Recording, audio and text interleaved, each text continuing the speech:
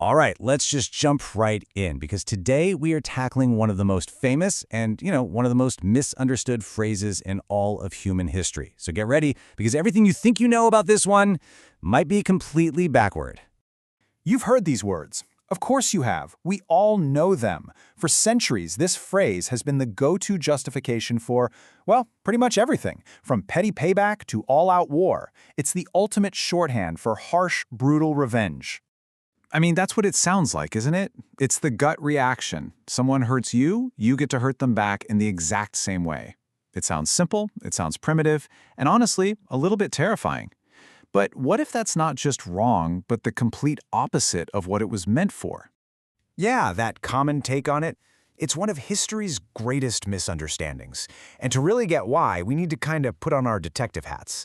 We're going to peel back the layers of time and translation and find out what this law was really all about.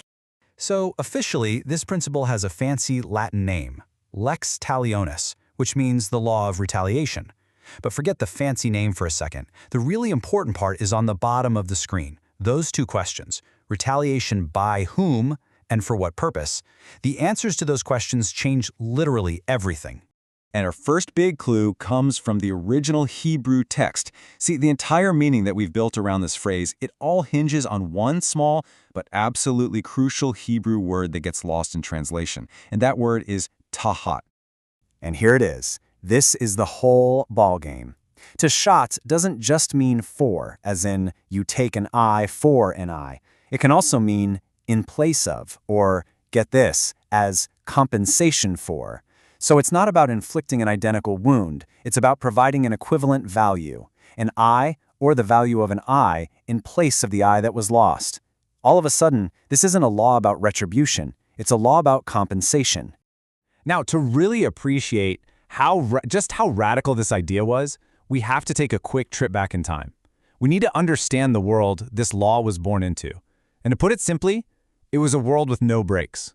You see, in most of the ancient Near East, the idea of proportional justice, it just wasn't a thing. If somebody wronged you, your goal wasn't to get even. Your goal was to hit back harder, to send a message. It was a culture of unlimited, constantly escalating revenge. So let me show you how that would play out. A simple dispute, maybe a fight, and you knock out someone's tooth. In their world, they don't respond by knocking out your tooth. No, their clan might retaliate by killing your brother. So then your clan has to retaliate against theirs. And just like that, a blood feud starts that could spiral out of control and destroy entire families for generations. This was the norm. It's into this world of absolute chaos and endless vengeance that this law is introduced. And here's the big twist. It wasn't a command to seek revenge. It was a command to stop it. It was a radical, revolutionary idea that put a ceiling on violence. And you can see the difference right here. Under the old way, ancient justice, you could take a life for an eye. Easy. But under this new Mosaic law, absolutely not. The punishment could not be greater than the crime. An eye for an eye and no more. For the very first time, justice has a limit. And here's the other game-changing piece of the puzzle. Who was supposed to enforce this? This was not a green light for you to go out and get your own personal revenge. No way. This was a legal principle for judges to employ in a public court after investigation. It took justice out of the hands of angry individuals and put it into a structured civil system. And remember our word tachet, meaning compensation? Well, this is how it actually worked in practice. Jewish legal tradition shows us that courts almost always ordered financial payments. The value of an eye meant paying for medical bills, for lost wages, for pain and suffering. The whole goal was to make the victim whole again, not to create more victims. And this part is just huge. This law was an incredible equalizer. It meant that a rich, powerful person couldn't just harm a poor servant and get away with a slap on the wrist. The law held everyone to the exact same standard. It was a shield for the weak, a protection for the vulnerable against the powerful. Okay, so fast forward a few hundred years. Jesus comes on the scene and he says something about this law that seems to turn everything upside down. But what we'll see is that he isn't getting rid of the law's original spirit. He's actually taking it to the next level. He says, "You have heard that it was said, an eye for an eye.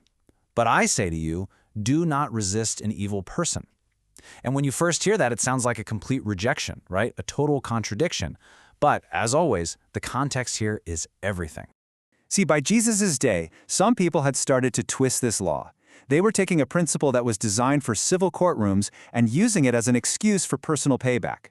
Jesus wasn't canceling courtroom justice. He was looking at his followers and saying, in your personal lives, the goal is something different. It's not just about getting what's fair. It's about breaking the cycle of retaliation with grace. It's about choosing to absorb an insult instead of hitting back. And when you lay it all out like this, you see this incredible progression. Humanity starts in the chaos of unlimited revenge. Then we get the revolutionary idea of limited proportional justice, which is a huge step up. And then Jesus points to an even higher way, not just limiting harm, but actively transforming a situation with grace. It's a clear ethical journey. So, why does any of this ancient legal talk matter to you and me today? Well, because that core tension between our desire for revenge, our need for justice, and the call to mercy, that's something we all live with every single day. So, let's just recap what we've learned. Far from being a brutal code for revenge, eye for an eye was actually a limitation on revenge. It was a system for fair, proportional justice. It was a form of protection for the vulnerable, and for its time, it was a massive ethical leap forward for civilization. But the real lesson here, the one that really hits home, is about us. It's about that raw, natural impulse we all have when we get hurt, that burning feeling that wants to get even, that wants to make the other person feel the same pain we do. This ancient law was one of the first major steps in human history to say, whoa, hold on, restrain that impulse. And that really brings us to the final question, doesn't it? This whole journey pushes us past the simple, angry question of, how do I make them pay? And it encourages us to ask a much better, much harder question. How can God's character, His justice, His restraint, and His grace be reflected in how I choose to respond? And that's a question worth thinking about.